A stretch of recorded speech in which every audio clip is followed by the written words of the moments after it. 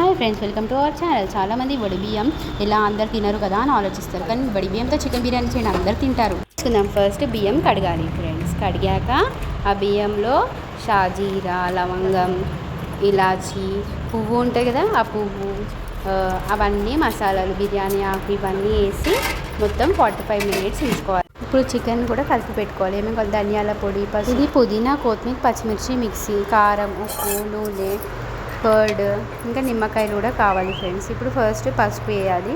పసుపు వేసి కారము, తగినంత కారం, ఉప్పు వేయాలి.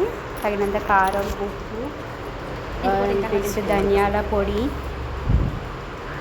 వేసి బాగా మ్యారినేట్ చేసుకోవాలి. పుదీనా, కొత్తిమీర, పచ్చిమిర్చి పేస్ట్ వేసి బాగా మిక్స్ చేయాలి. మన గ్రేవీ కోసం కర్డ్ కూడా యాడ్ చేస్తాం. ఇలా చేసి చూడండి, చాలా బాగుంటుంది. ఇప్పుడు కర్డ్ గ్రేవీ చాలా బాగా వస్తుంది. కర్డ్ ఎంత వేసుకున్నా పర్వాలేదు మనకి గ్రేవీ కోసం. మీకు తెలిసిపోతుంది కదా ఫ్రెండ్స్, ఎంత బాగా మిక్స్ చేయాలి. లెమన్స్ కూడా కావాలి ఫ్రెండ్స్. అల్లం వెల్లిగడ్డ కొంచెం ఆయిల్ వేసి బాగా మిక్స్ చేయండి. ఇప్పుడు రైస్ కడిగి 45 మినిట్స్ అవుతుంది కదా. ఇప్పుడు రైస్ కుక్ చేద్దాం. ఇలా 60% కుక్ అవ్వగానే దాన్ని వాటర్ లేకుండా తీసేసి ఇప్పుడు ఆ గిన్నెలో మొత్తం చికెన్ కింద ఫస్ట్ మొత్తం వేసుకోండి. ఆ తర్వాత దానిపై నుంచి రైస్ వేయండి. రైస్ వేసి ఈక్వల్గా అనుకొని స్టవ్ పైన పెట్టండి. నెక్స్ట్ ఫుడ్ కలర్ ఆప్షనల్ అండి. ఫుడ్ కలర్ వేస్తే ఇలా కలిపి వేయండి.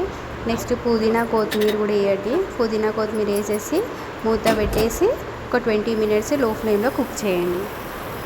ఆఫ్టర్ 20 మినిట్స్ ఇప్పుడు చికెన్ బిర్యానీ రెడీ అయ్యింది. ఇప్పుడు ఇట్లా కిందికి వెళ్ళి ఇలా తీసుకుంటూ చూడాలి ఫ్రెండ్స్.